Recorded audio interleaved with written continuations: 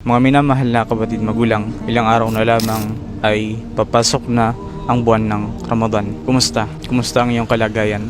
Ikaw ba ay talagang handa na sa pagpasok ng buwan ng Ramadan? Ang ilan sa atin, iba't iba ang uri, iba't ibang paghahanda ang ginagawa para sa buwan ng Ramadan.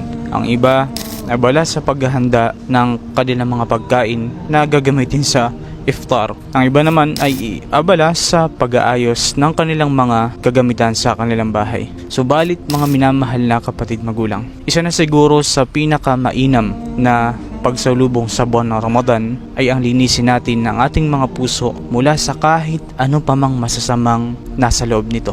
Pagdating sa galit sa iyong kapwa, pagdating sa puot mo sa iyong kapwa, pagdating sa kahit anong negatibo na maaaring nasa loob ng iyong puso. Ito ay alisin mo bago pa man sumapit ang buwan ng Ramadan. Maaari mga minamahal na kapatid magulang, ngayon hindi pa sumasapit ang buwan ng Ramadan, nananatili kang mayroong hindi magandang kaugnayan sa iyong kapwa, ayusin mo ito. Maaari bago pa man sumapit ang buwan ng Ramadan, ikaw ay nananatili na mayroong hindi magandang kaugnayan sa iyong kapatid, sa iyong nanay, magulang, kaibigan.